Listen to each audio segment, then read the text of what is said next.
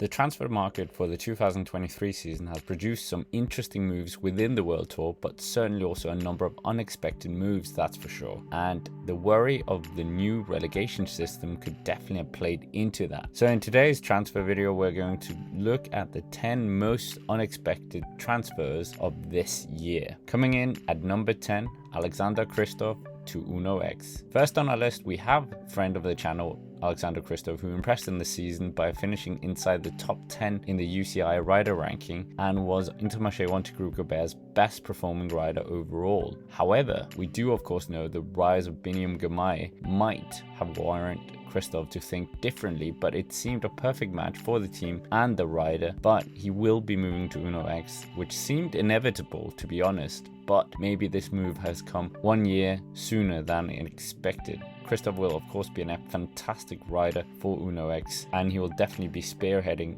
on the Norwegian side. Coming in at number 9, Alexander Kamp from Trek Segafredo to Tudor Pro Cycling. Alexander Kamp has been a solid rider in the Helia races, and he even managed to get inside the top 5 of the Amstel Gold race this year. However, Trek and Kamp will be parting ways, and Kamp is set to join Fabian Cancellari's new Pro Continental team, Tudor Pro Cycling, along with a number of other Scandinavians, and perhaps he will be able to be given a bit more of a leadership role in the team like he had in Rival Readiness, where he managed to surprise everyone by winning a stage in the Tour de Yorkshire in Scarborough. But the Dane is still very talented and could definitely do something for the Pro Continental side, so it will be an interesting chapter to follow. Coming in at number 8, Dylan Teuns, Bahrain victorious to Israel Premier Tech. Next on our list is Dylan Teuns, and granted this transfer has already happened mid through the 2022 season, and he signed for the remainder of the 2022 season through to 2024 with Israel Premier Tech, which is a bit of a shock move as Israel Premier Tech are headed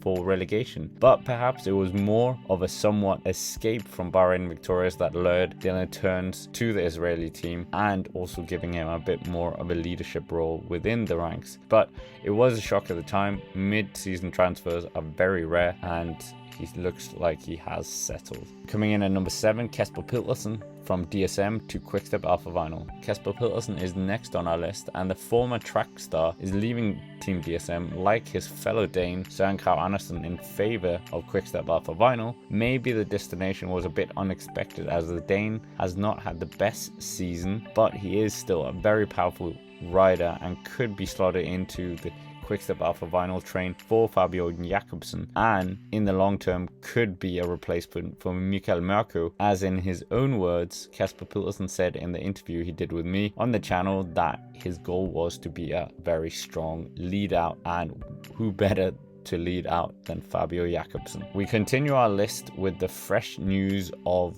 the transfer for the Portuguese star Ruben Guerrero, who will be switching EF Education EasyPost out with Movistar, which seems a bit of a surprise as Ruben Guerrero managed to perform really well in the 2022 season, even dominating the Mont Ventoux Challenge. But the Mountains jersey winner of the 2020 Giro d'Italia might have seen the vacuum left by Alejandro Valverde and think that he could potentially take the reins at the team, but who knows. Ruben Guerrero is definitely a very strong climber, and maybe he will develop even more with Movistar. In at number 5, we have another unexpected move as the veteran Rui Costa changed from UAE Team Emirates with plenty of Portuguese riders to Intermache Wanty-Groupe-Gauber. Rui Costa had some strong results in the beginning of 2022 with podiums overall in both the Tour of Oman and the Saudi Tour. So is this change due to the huge focus on the Grand Tours of UAE? Has Rui Costa felt that his chances have been overshadowed, or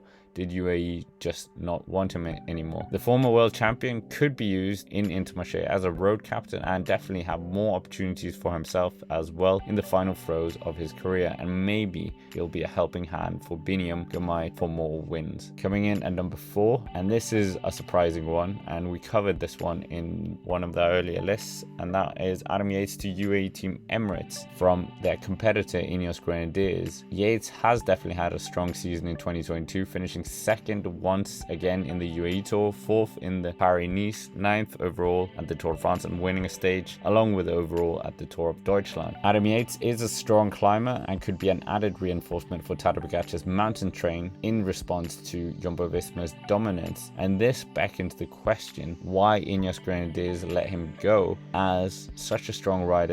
Letting him go to UAE Team Emirates, which is one of your chief rivals, will only strengthen them and weaken your more. But we'll have to wait and see what this does to Ineos Grenadiers and certainly UAE Team Emirates, who have definitely got a strong rider on their hands. Coming in at number 3, we have Jan Hirt from Intermache Wanty to Soudal-Quick-Step. Jan Hirt, Czech climbing star, will be leaving Intermache at the end of the season in favor of Soudal-Quick-Step, a shock move considering the aspiration of the team and Hirt himself. This move comes off the back of his successful Giro d'Italia in 2022, where he not only managed to finish inside the top 10 but also won on stage 16 and hold the top 10 all the way to Verona. He certainly has delivered on his potential finally and will hope to ride for his own chances, but with the Remco Evenepoel project at Soudal-Quick-Step, it looks like he might just be a cog in the machine for the current world champion, but we'll have to wait and see. Coming in at number 2,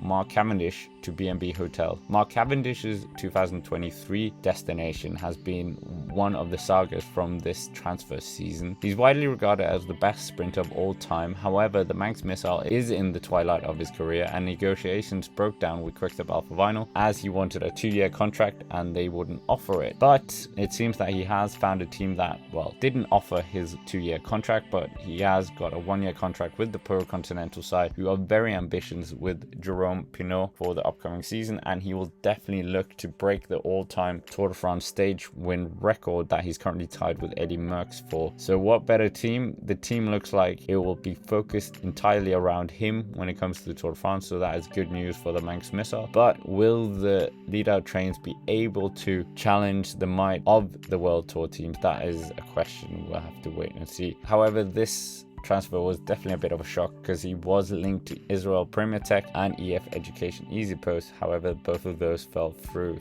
Anyways, before we move on to number 1, make sure to subscribe to the channel and check out some of the other top 10 transfer videos as well. And without further ado, our number 1 is Tim Merlier from Alpecin Deceuninck to Soudal-Quick-Step. Tim Merlier is one of the most unexpected transfer of this year's transfer window, that is for sure. The Belgian sprinter who won the national road race again in Belgium this year, and it was also strange as his current 2022 team, Alpecin Deceuninck, are moving to the World Tour, that he would be moving to Soudal-Quick-Step, who already have a super sprinter in their ranks in the form of Fabio Jakobsen. So potentially there is a strong connection between Soudal-Quick-Step and Tim Merlier, but we don't really know. His opportunities could be very limited in 2023, as if he goes to the Giro, he might have competition from Remco Evenepoel if he is going there for the team leadership, or in the Vuelta a España. Equally, the Tour de France could be either Fabio Jakobsen or Remco Evenepoel, so it could be quite problematic where Tim Merlier will actually end up, or maybe he will just be there for the smaller races for Soudal-Quick-Step. In any case, Tim Merlier is a great sprinter and could benefit from the Quick-Step effect and be thrusted into many wins in the season, as we've seen for Gaviria, Kittel, Jakobsen and Cavendish in the past. But we'll have to wait and see what happens with Tim Merlier. It definitely is one of the more unusual transfers of this year. That's basically it for this video. Make sure to like the video, subscribe to the channel if you haven't already, comment down below which transfer you have found the most unexpected this year, and of course, as always, thank you for watching and have a nice day.